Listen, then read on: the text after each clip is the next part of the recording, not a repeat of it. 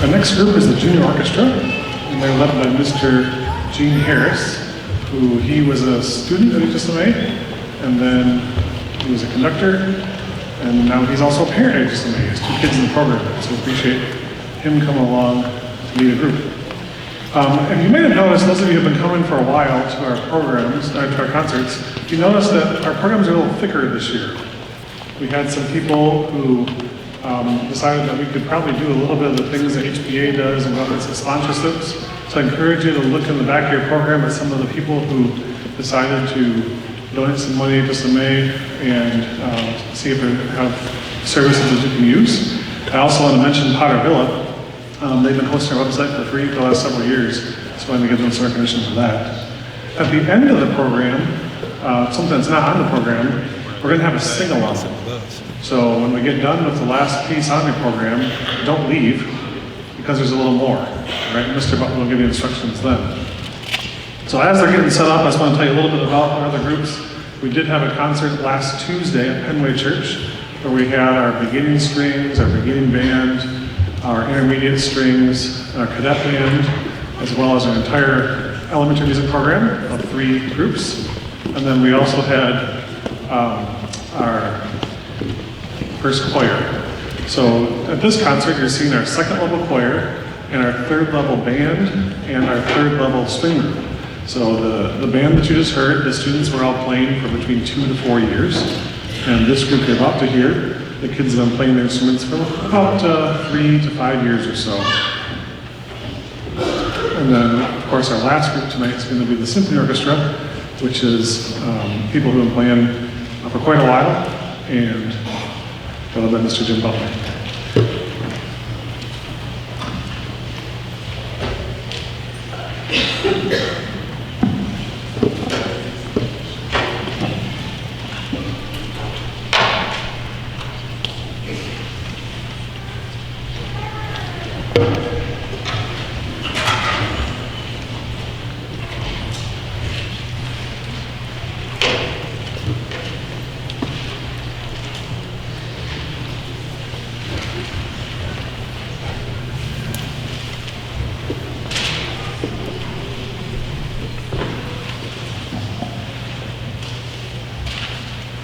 Please join me in welcoming the Junior Orchestra, conducted by Mr. Gene Harris.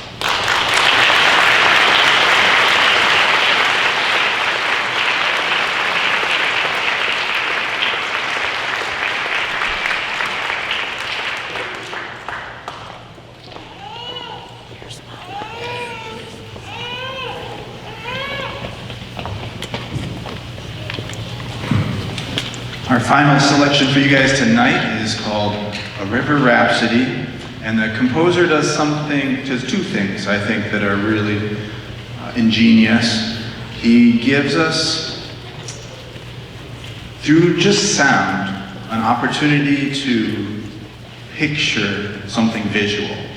And so as you listen to this piece, see if you can catch the beginnings of a stream up in the mountains, gaining, as it comes down the mountain, more and more water, and then maybe you'll even hear it going through a mountain village, maybe you'll hear a waterfall. Be on the lookout for the visual cues that we can have when you're just listening to audible things. It's pretty cool. The other thing that this composer does that's really smart is he weaves in familiar themes from much more famous composers. So all of you who are up on your classical repertoire, see if you can catch at least 3 different themes. And you might recognize some Johann Strauss, maybe even some Handel mixed in here. But we have a piece that weaves in a lot of familiar river and water themes that you might recognize. And all of that comes together to help us see this picture as we listen to the music. So we hope you enjoy A River Rhapsody.